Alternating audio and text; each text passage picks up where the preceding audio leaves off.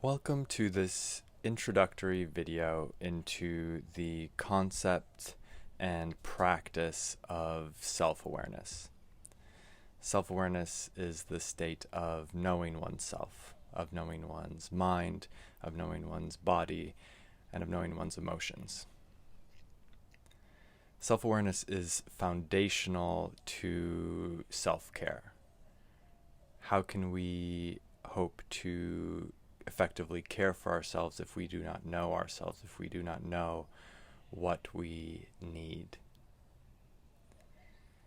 As a massage therapist, self-awareness is my primary recommendation for those experiencing chronic pain, for those who wish to process and ultimately live free from their chronic pain. Self-awareness begins in the old, primitive part of the brain that we share with our reptilian ancestors. This is the part of the brain that regulates our physical well-being, so it regulates our temperature. It is where we process our interoceptive experience, our inner sensations, so it tells us when we experience pain, it tells us when we experience pressure, heat, cold, hunger, thirst.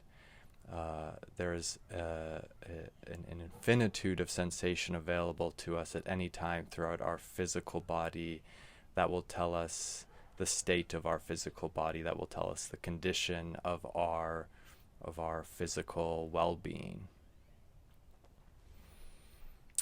If we learn to develop this sense, we may better take care of ourselves. We may learn to live more at ease. We may learn to identify and engage muscles that are chronically underengaged, that are chronically underused. We may learn to identify and relax muscles that are chronically over-engaged, that are chronically over-tightened and overused. Through this engagement and disengagement in muscular tissue, we may restore balance to the body. It teaches us emotional intelligence, so it teaches us to identify the physical sensations that correspond with specific emotions. And being able to identify and name an emotion then allows us to choose whether or not we want to act on that emotion. And developing self-awareness takes us out of our thinking brain. When we stay in our thinking brain, when we are in our thinking brain, we have a tendency to get stuck in loops, to get stuck in circles. So it takes us out of that looping mind, and it brings us into the older part of the brain that regulates our well-being.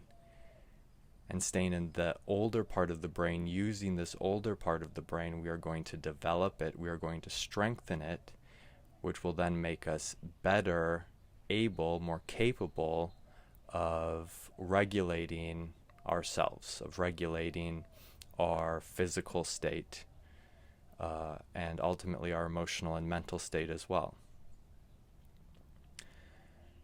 So following this video, I will be posting a short introduction into an interoceptive practice, a practice of searching for and finding sensation throughout the body, which is a sort of a basic practice in developing this sense that one can then take to other practices, to other movement practices, to stretches and exercises that can improve and expand one's knowledge of oneself.